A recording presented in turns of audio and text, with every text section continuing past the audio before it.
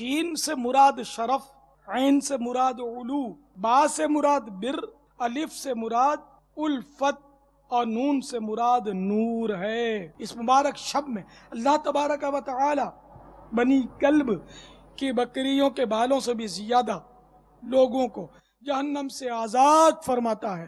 یہ وہ مہینہ ہے جس میں نیکیوں کے دروازے کھول دیے جاتے ہیں، برکتوں کا نزول ہوتا ہے، خطائیں مٹا دی جاتی ہیں۔ اللہ عز و جل خاص طور پر 4 راتوں میں بھلائیوں کے دروازے کھول دیتا ہے۔ 6 آدمیوں کی اس رات بھی بخشش نہیں ہوتی۔ نمبر 1 شراب کا عادی، نمبر 2 ماں باپ کا نافرمان۔ تو مغرب کے بعد 6 نوافل پڑھنے کا طریقہ بھی سن لیجئے۔ اگر اس رات 7 پتے بیر کے درخت کے پانی میں جوش دے کر غسل کرے، تمام سال جادو کے اثر سے محفوظ رہے گا۔